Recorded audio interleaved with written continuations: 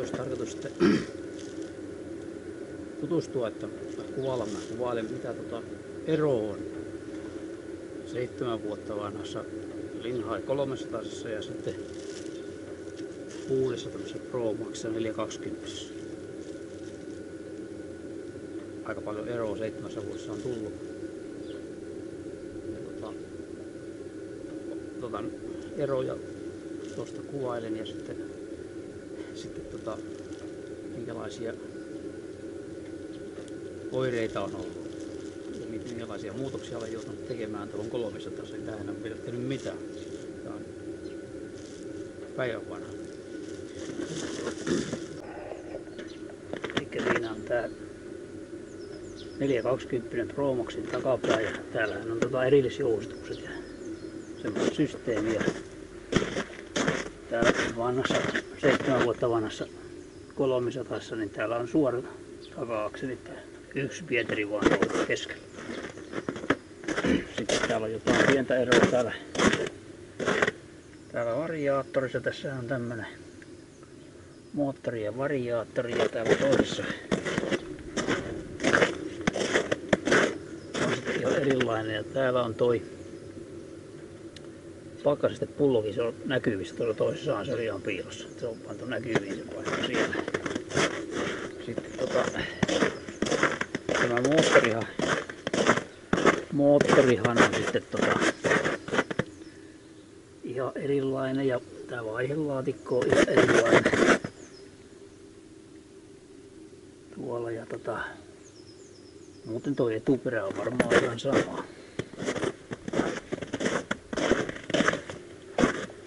Ainakin se on saman näköinen. Sitten täällä on enemmän tilaa, tää moottori on taaempana täällä. Tätä ei niin lähellä etuperää kuin toi toinen ja tuohon kiinni. Ja moottori on tommonen.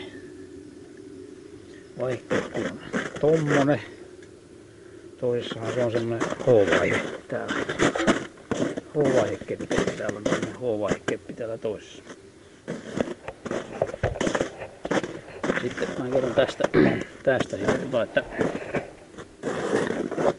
vinssiinhän mä tein tämmösen raudan tähän. Tai tää alumiini.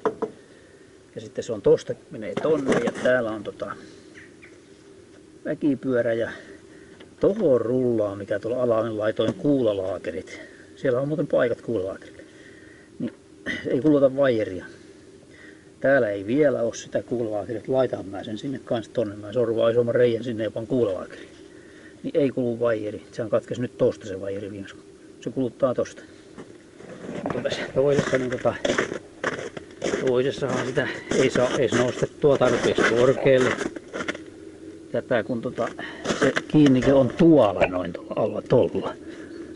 Eihän sitä voi nostaa, eli se pitää tehdä tohon se kiinnike. Ja ilmeisesti mä joudun tekemään niin päin, että mä laitan sen tänne sen väkipyörän ja sitten laitan tohon tapiin, että se nousee noin päin. Sitten tässä täytyy tätähän pitää nostaa ylemmäs. Täällähän on säätövaraa noin paljon täällä. Kaikki säätövarat pois, sitten tohon laittava se alumiinilevy ja putkilemmarilla kiinni, että tän saa yleensä nouseen tarpeeksi korkealle. Ja sitten toi tosiaan toisinpäin. Se väkipyörä on siihen laitettava. Sitten täällä on täällä on jotkut helvetin kirkkaat LED-valot. Tuolla sisällä tuossa on H4. Tai joku semmoista. H4 vissiin siellä on tai joku. Joku poltti on, ne vie kauheasti sähköä. Sitten tämähän on niin tää on 352 kuutioinen ja toi on 275 kuutioinen toi toinen. Tää on paljon isompi moottori. Ja sitten tässä on vissiin pyörät samankokoiset. Tossahan on etupyörät isommat kuin takapyörät. Tässä näyttäisi olevan samankokoiset. Mutta tässä kun tässä on erilaiset renkaat, niin nämä on matalammat nämä takapyörät. Kun tossa vähän, ei paljon, mutta vähän. Niin ja paksummat, että se voi olla vähän erilainen. No se ketjut mulla tässä on päällä sitten tässä etupyörässä nyt tänä talvena. Ja tällä 7 vuotta vanhalla mönkärillä on tehty jumalattomasti lumitöitä. Ja kovaa lumita ja kaasu pohjassa. Ajettu niin paljon kuin se ikinä jaksaa mennä. Mutta voiman puutetta siinä on ollut. Ja viisi olen tehnyt tosiaan, tähän auraan olen tehnyt tällaiset muutokset ja sitten täällä on muovilevy täällä välissä. Mä tekään siitä raudan väärinpäin ja täällä on muovilevy, nyt se luistaa jäätä, kun mä jäällä auraan paljon, niin siellä se luistaa. Ja sitten täällä on rajakitki, että se nousee tuohon rajakitkimeen, se pysähtyy siihen. Mä tässä on minkäänlaista rajakitkiä tässä. Tässä tulee, se nousee vaan kuinka pitkälle ja vääntää vaikka poikki. Sellaisia vehkeitä. Joo, tämähän on tämmönen. Sitten tämä, näissähän on tämä aura, niin tämä aura ei ole eihän se ole Linhain tekemä. Sehän on tämmönen joku yleismalli aura ja sitten se joutuu tosiaan tekemään tämmöisiä muutoksia, kun eihän nää käyttää tähän, että tähän täytyy tehdä aina muutoksia. Niin täytyy tohonkin tehdä ja niin se on tässäkin. Tässäkin tehtävä muutoksia. Moottori, tässä on ruiskukone. Siellä on sitten tasapainotusakseli siellä moottorissa, että se ei tärise ollenkaan. Toihan tärisee varsin kuorma kylmänä, niin se pesee niin perkeleesti. Muutenhan nämä on niin kuin, no pahan lämmitiä on tietysti tossa ja muuten nämä on ihan samat. Toiset on väärinpäin, kun se on noin päin. Sä tiedät mikä on ylös ja alas, kun se on valmis. Sehän pitää muuttaa näin päin, että se on ylös ja alas. Ylös ja alas. Ja pää on ihan sama täällä tämä. Muuten on samannäköistä. Mittaritaulussa on eroa tietenkin tuolla näytöissä. Vaikka se ei. Muuten on samannäköinen. On enemmän. Yksi valo enemmän. Toi moottorivalo siellä on enemmän. Joka näyttää moottorin käy. Ja sitten semmonen ero on, että tässä pitää painaa jarrua kun tartataan. Se ei tarttaa, jos ei paina jarrua. Tämähän tarttaa. Tämä vehme vapaalle laitan, tarttaa tästä. Ei tarvitse mitään jarrua painaa. Tää tosiaan, tää vähän vapisee tää kone. Varsinkin jos on koko kone tärissä. Vähän vapisee, kun tää on tasapainossa. Tää on 7 vuotta vanha jättä. Ja se on tosiaan kovaa ajettu.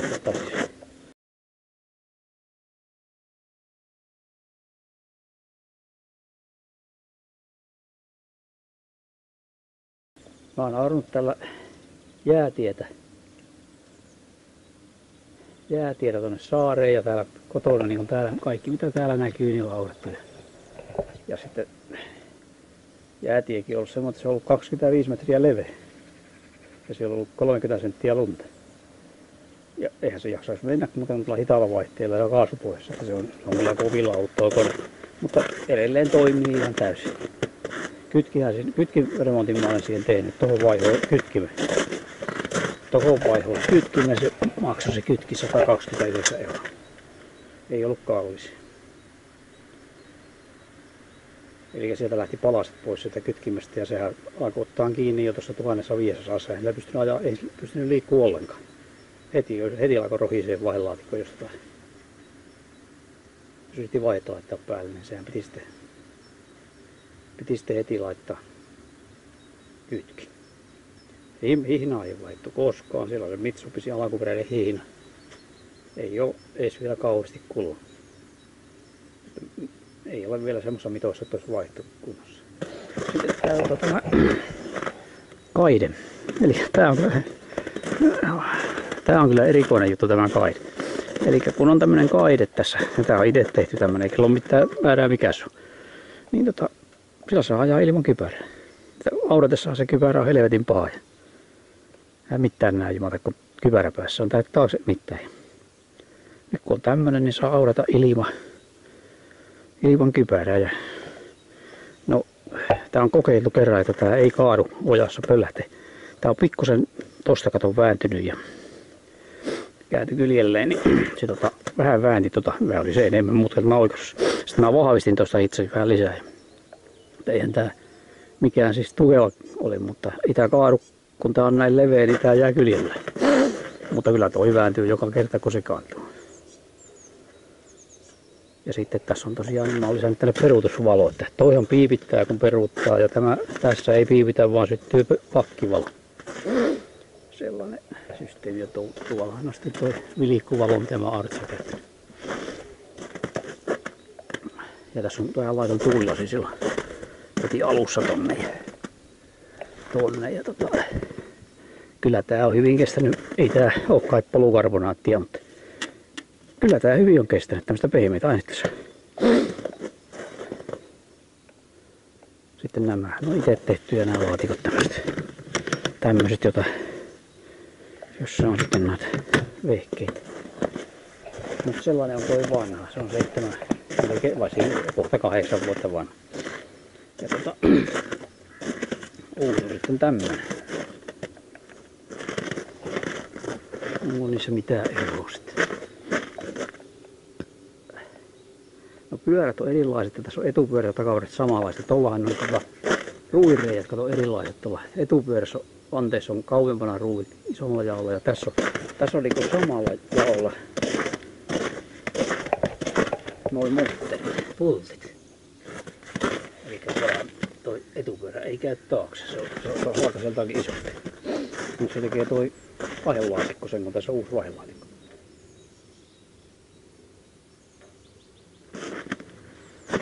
Rekisterin lautamaan saa vissiin ensi viikolla tähän vehkeeseen. Semmonen se on tämä laite. Tossa on tommosia letkuja, jotain näkyy tuolla. Minkälainen töpseli, mutta en oo kattonutkaan. Täällä on joku töpseli olla täällä tuolla alla. No se on toi sama kuin tuossa toissakin. Tää on toinen tupakan töpseli. Tuollahan se on katkennut se kuminauha siitä. Kumithan näissä oli tuossa ansakin huonoja, niin sehän katkes, mutta siinä on viinipullon korkki. Tää on perkele kestää kauan.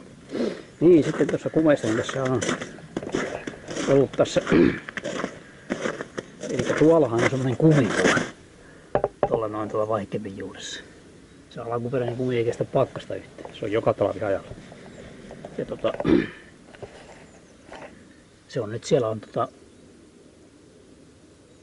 se on Sitikan ohjaustangan kumista tehty. Haitarista tehty sitä kumisuojasta, niin se toi alaosa on sama, mutta se on liimattu kiinni tuohon haitarikumiin ja sehän kestää pakkasta. Se on kestänyt siellä varmaan 5 vuotta ainakin, eikä ole miksikään.